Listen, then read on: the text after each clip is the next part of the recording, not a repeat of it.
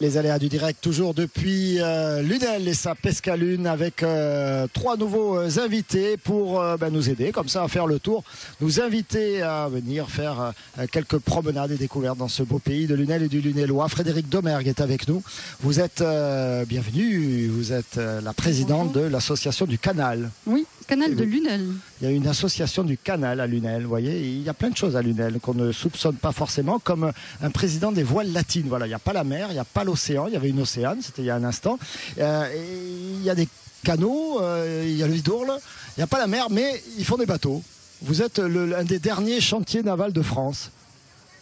Non, le premier à Lunel, non pas le dernier. Il faut le voir. Dernier de France. Quand il n'y en aura plus en France, il restera celui de Lunel. Oh, non, il y en a beaucoup et c'est tant mieux. C'est une activité qui renaît. Vous nous raconterez ça dans un instant avec également Sylviane Truchetet. Vous êtes la directrice de l'Office du tourisme de Lunel et du Pays Lunélois. Du Pays Lunel, oui, c'est ça. Du Pays de Lunel. C'est tout le territoire autour de Lunel, les 15 communes avec Lunel. Avec plein de choses à faire. Et évidemment, l'irremplaçable Patrick Mallet. Désolé, on est sur TV Sud. Ça va, Patrick? Oui, ça va très bien, Pierre-Paul. Écoutez, regardez, je suis avec Hervé. Vous êtes au comptoir, vous êtes bien? Et oui, mais je suis avec Hervé, le bar mythique des arènes de Lunel. Ça va, Hervé? Comment ça se passe cette fête qui a démarré la semaine dernière? Ça va, ça se passe super bien, ça a bien démarré, on a du monde, bonne ambiance, tout va bien. Alors vous avez toujours Ménègue, incontournable, le seul ancien raseteur qui a jamais bu un pastis en travaillant derrière le comptoir. Oui, j'ai jamais bu un pastis en travaillant. Jamais. Ma vie. Jamais.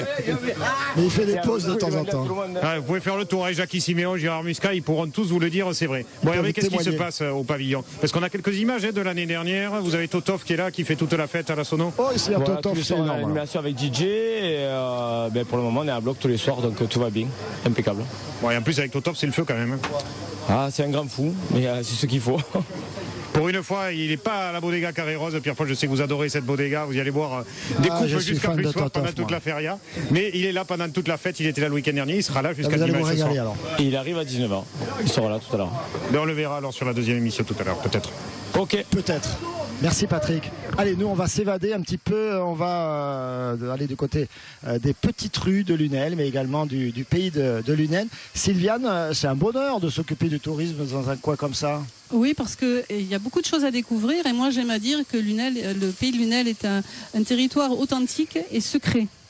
Il y a beaucoup de choses qui sont intéressantes à faire et à voir, et nous sommes aussi un petit peu le jardin des Nîmois et des Montpellierins, un espace de respiration. Alors il y a une dimension patrimoniale déjà, bien sûr, avec Ambre-Somme, Lunel avant Lunel. Lunel avant Lunel, les Romains, les Gallo-Romains, Ambre-Somme. Il y a la Via Domitia. Absolument, et les légionnaires romains qui traversaient le territoire, de la même façon que nous avons maintenant l'autoroute qui le traverse aussi. Lunel Centre, qui est une ville moyenâgeuse avec des vestiges et des restes assez importants, notamment au centre, à côté de l'office de tourisme, donc à la place des Caladons. On a parlé du musée Médard tout à l'heure, mais il y a également un futur musée qui va ouvrir au centre historique, qui sera le musée des prisons. Le musée des prisons, waouh! Dans l'ancienne prison. Il ne faudra pas rester après la fermeture de ce musée. Et c'est l'office de tourisme qui gardera les prisonniers, en tout cas les touristes, et essaiera de les garder le plus longtemps possible à Lunel et en pays de Lunel. Il y aura un musée des prisons à Lunel, vous m'en direz tant. Et puis donc on en parlera également dans un instant avec le canal. Lunel, c'est la petite Camargue. C'est la petite Camargue, c'est une végétation et un environnement protégé, des taureaux, des chevaux, des flamants roses. C'est également la garrigue, avec un patrimoine vernaculaire. On n'en parle pas souvent, mais nous avons ce qu'on appelle les capitelles, qui s'appellent en Provence les boris, et qu'on trouve un petit peu partout dans nos vignes. C'est construction en pierre sèche. Hein. Absolument, oui. Que construisaient, qu'érigeaient les bergers. Les bergers, les cultivateurs, depuis, on ne sait pas trop bien d'ailleurs l'origine des capitelles. Alors parmi les circuits, il y a beaucoup de possibilités de randonnée en VTT, en vélo. Il y a aussi la découverte, on en parlait avec le président de la cave coopérative, du muscat. Et une nouveauté, c'est Via Vino. Alors Via Vino, oui, c'est un site œnotouristique qui vient d'ouvrir, où l'on peut découvrir à la fois la gastronomie, mais également les vins, mais aussi tout l'ensemble du territoire. C'est-à-dire qu'il y a des jeux pour les familles, les enfants, des bornes interactives, ludiques. Voilà. Alors regardez, parmi les choses étonnantes à découvrir à Lunel, parce qu'ils font visiter leur atelier, il y a l'association des voiles latines avec vous, Sylvain Brino. J'ai noté sur votre site internet, vous cherchez des huileurs de mâts, mais les huileuses sont acceptées, des tailleurs de rames et des lustreurs ou lustreuses de bancs de nage. Alors j'ai pas tout compris, mais ça tourne autour de la marine. Hein. Oui, ça tourne autour d'un projet assez fou et assez original quand même. C'est de reconstruire à l'identique une nacelle du Languedoc, c'est-à-dire un bateau de pêche traditionnel du golfe du Lion. Donc de le reconstruire avec les méthodes traditionnelles, les techniques, les matériaux, etc.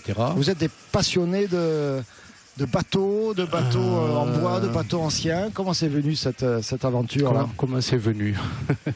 Je me tourne vers Frédéric, donc présidente de l'association pour le canal de Lunel, parce que quand même à l'origine il y a le canal. Ce bateau donc est bien issu d'une volonté de réhabiliter le canal. Et au-delà donc des promenades pédestres ou en VTT sur les deux berges du canal. Un canal, c'est un appel au bout d'un moment, pour y faire du bateau. Au bout d'un il y a moment, aussi des canards d'ailleurs. Il y a un appel irrésistible quand même qui fait qu'on a envie de naviguer dessus et de rejoindre l'étang de l'Or par la canalette du Languedoc, qui est un endroit magnifique, un peu oublié, disons, pour le moment. Alors là, le bateau que l'on voit en image sur votre site, il est prêt, il a été mis à l'eau. Il a été mis à l'eau, donc le mardi 2 juillet, oui, c'est ça. Il a été mis à l'eau. Donc et il flotte bien, il navigue bien.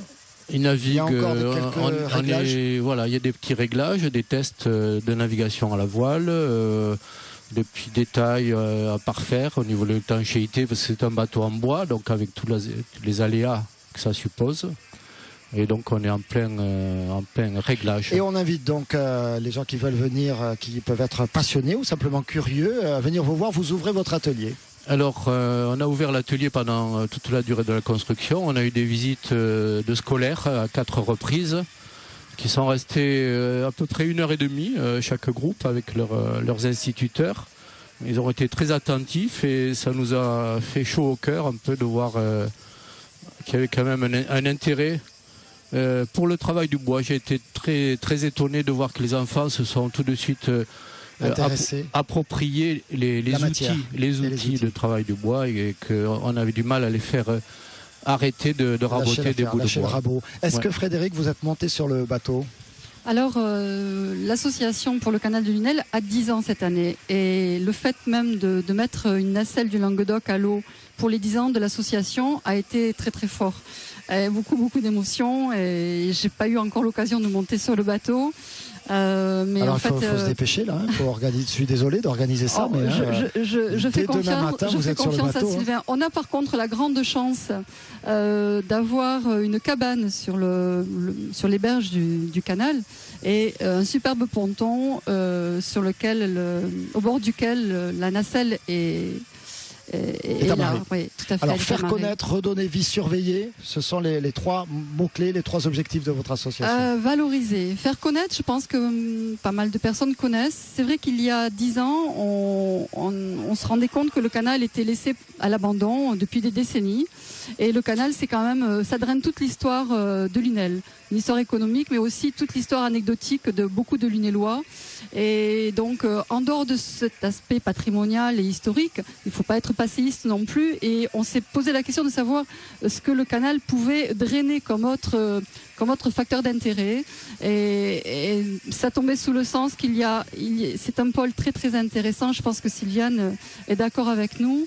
C'est un lieu de balade extraordinaire. C'est un lieu qui ancre la ville réellement au cœur de la petite Camargue, aux abords proches de la ville, sans prendre un véhicule à moteur. Vous êtes tout de suite dans un endroit très sauvage. Et on invite, vous invitez les téléspectateurs à venir voir, à venir se promener le long du canal. Bien évidemment, et je pense que c'est au contraire. Et pour ça, peut-être, ils peuvent passer par l'office du tourisme. Comme ça, il faut sensibiliser. Ils auront toutes les informations. Regardez, on va montrer.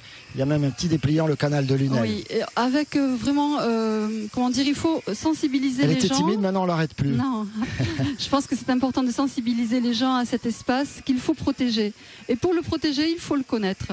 Donc c'est surtout le rôle de l'association. Frédéric Domergue, la présidente de l'association du canal de Lunel. Merci beaucoup à tous les trois d'être venus. Patrick, vous avez le mot de la fin?